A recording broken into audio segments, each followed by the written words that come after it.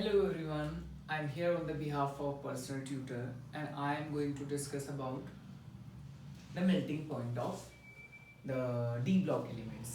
Melting point की अगर हम बात करें तो यहाँ पे हम देख सकते हैं एक ग्राफ मिलता है जो कि काफ़ी अनइवन है। मतलब जब भी हम ग्राफ की बात करते हैं किसी भी ग्रुप की किसी भी पीरियड की तो वो ऊपर या नीचे जो है स्लाइडली जाता है यानी हाइपरबोलिक टाइप से जाता है। बट एक्चुअली यहाँ पे क्या है, यहाँ पे थोड़ा सा अब देख सकते हैं वेरिएशन है, काफ़ी ज़्यादा अनइवन चीज़ें हैं, ट्रेंड में नहीं है जिसको कह सकते हैं आप। तो ये अनइवन क्यों है उसके पीछे भी रीजन बता दूंगा मैं। और उससे पहले मैं ये बता दूं सबसे पहले कि ये है क्या चीज।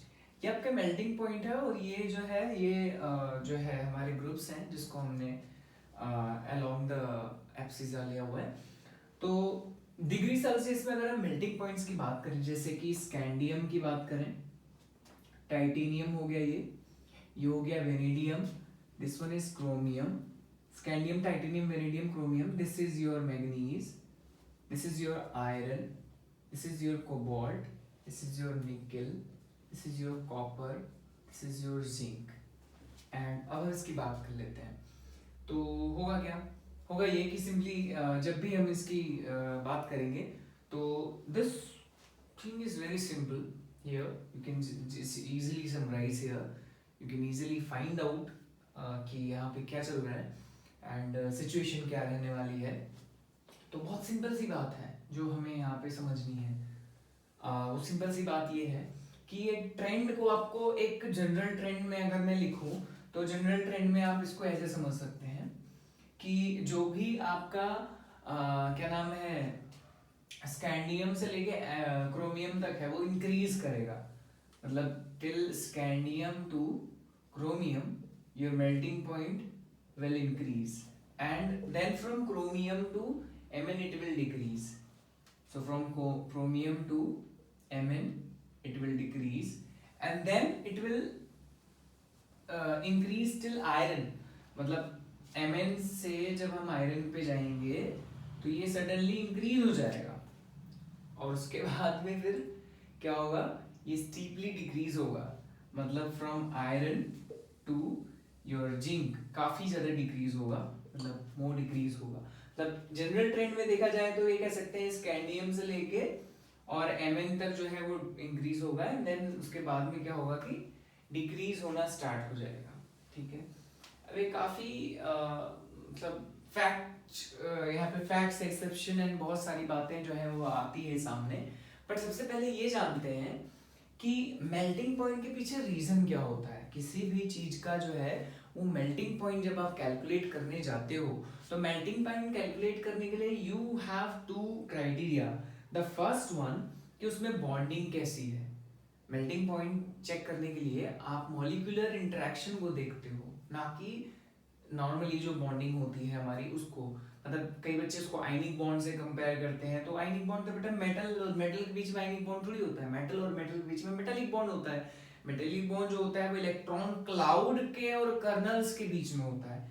इलेक्ट्रॉन क्लाउड यानी डीलोकलाइज इलेक्ट्रॉन की बात कर रहा हूँ मैं, जो मेटल के पास होते हैं और जो हमारे क्या नाम है कर्नल्स यानी कि मेटल के जो कैटायंस हैं पॉजिटिव चार्ज है उसके तो वो सभी आपस में एक अट्रैक्शन डेवलप कर लेते हैं जिसकी वजह से इलेक्ट्रॉन जो है तब यही डीलोकलाइज इलेक्ट्रॉन जो होते हैं वो कंडक्शन के लिए भी रिस्पॉन्सिबल होते हैं।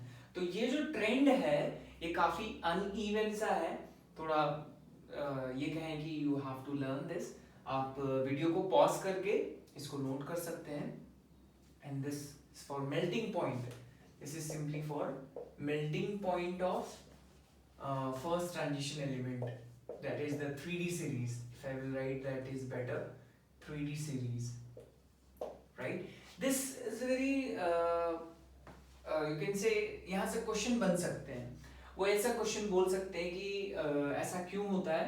तो यहाँ तक तो इंक्रीज होने का रीजन है कि जो अनपेयर्ड इलेक्ट्रॉन्स हैं वो इंक्रीज होते हैं। जब इलेक्ट्रॉन इंक्रीज होंगे तो क्लाउड भी बढ़ेगा और बॉन्डिंग अच्छी होगी, तो मेल्टिंग पॉइंट इसलिए क्रोमियम तक इंक्रीज होता है। और फिर उसके बाद क्या होता है, अनपेयर्ड इलेक्ट्रॉन धीरे धीरे धीरे धीरे करते कम होते जाते हैं। जैसे आयरन में 4 होते हैं, आयरन के पास 4 होते हैं, इसके पास 5 होते हैं, इसके पास फिर 3 हो जाते हैं, फिर इसके पास 2 अनपेड इलेक्ट्रॉन हो जाते हैं, इसके पास 1 ही होता है और इसके पास तो कुछ भी नहीं होता। तो ये रीजन है इसके डिक्रीज होने का, क्योंकि जो क्लाउड है, क्लाउड ज्यादा इलेक्ट्रॉन होने पर ज्यादा अच्छी बॉन्डिंग, मेटालिक बॉन्डिंग भी ज्यादा अच्छी हो पाएगी। तो इवन जिंक तो सबसे लोएस्ट, इस पूरी सीरीज में लोएस्ट मेल्टिंग पॉइंट शो करता है। उसके पीछे रीजन यही है कि अनपेड इलेक्ट्रॉन्स और metallic bonding, the type of bond that we talk about. मतलब यहाँ तक तो मेटालिक बॉन्ड की बात करती है, इधर से कोवलेंट बॉन्ड आ जाता है, क्योंकि जो इलेक्ट्रॉन्स जो हैं क्लाउड कम होगा तो वो मेटालिक से स्विच करके कोवेलेंट की तरफ आने लगेगा, शेयरिंग वाली बात आने लगेगी। तो वो कोवेलेंट वाले जो है वो वैसे ही कोवेलेंट बॉन्ड मेटालिक बॉन्ड के कंपेयर में थोड़ा वीक ही होता है, तो मेल्टिंग पॉइंट भी इसलिए आपका क्या मिलेगा, कम मिलेगा। तो यहाँ बहुत सारी ऐसी चीजें हैं जो समराइज करके आप ऐसे जनरल करके नहीं बोल सकते, आपको इसके लिए अलग रीजन देना पड़ेगा, इसके लिए अलग रीजन देना पड़ेगा।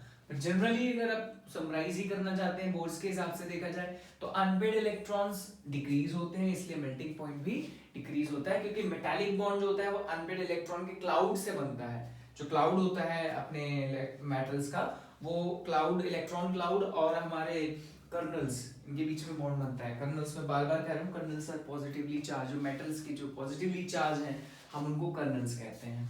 ओके, सो होप सो ये आपको समझ में आया होगा, and hope you this video will really helps you. Thank you so much.